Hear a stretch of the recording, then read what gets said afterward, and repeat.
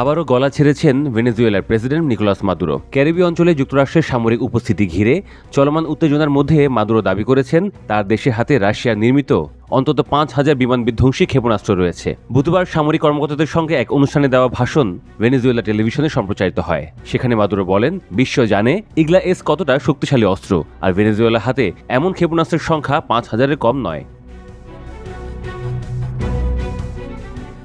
মাদুরোর ভাষ্য অনুযায়ী রুশ ইগলা-এস ক্ষেপণাস্ত্র আমেরিকান স্টিঙ্গার্সের মতো স্বল্প পাল্লার আকাশ প্রতিরক্ষা ব্যবস্থা, যা ক্রুজ ক্ষেপণাস্ত্র, ড্রোন, হেলিকপ্টার সহ নিচু উচ্চতায় উড়ে যাওয়া বিমান ভূপাতিত করতে সক্ষম। তিনি আরও বলেন, মাত্র একজন সৈন্য বহন ও পরিচালনা করতে পারে এমন হালকা ক্ষেপণাস্ত্রগুলো দেশের শেষ পর্বত, শেষ শহর ও শেষ গ্রাম পর্যন্ত মোতায়েন করা হয়েছে।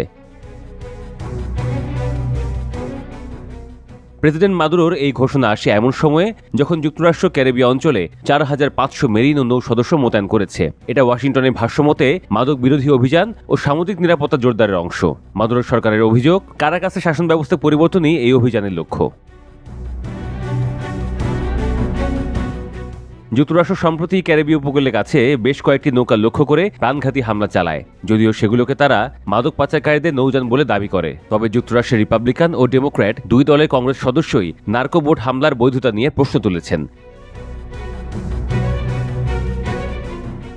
পরিস্থিতি আরও জটিল হয় গত সপ্তাহে, যখন প্রেসিডেন্ট ডোনাল্ড ট্রাম্প দাবি করেন তিনি ভেনেজুয়েলায় গোপন সামরিক অভিযানের জন্য সিআইএকে অনুমোদন দিয়েছিলেন। মার্কিন কর্মকর্তারাও জানান, মাদুরো সরকারের উপর চাপ বাড়াতে ওয়াশিংটন সম্ভাব্য সামরিক পদক্ষেপের বিষয়টি বিবেচনায় রেখেছে। তবে নিজেদের অভিযোগের পক্ষে কোনো প্রমাণ দিতে পারেনি ট্রাম্প প্রশাসন।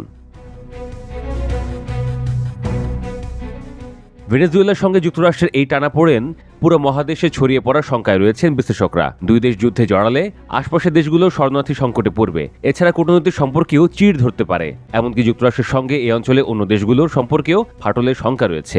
এ নিয়ে এরই মধ্যে সতর্ক পদক্ষেপ নিতে শুরু করেছে বেশিরভাগ দেশ।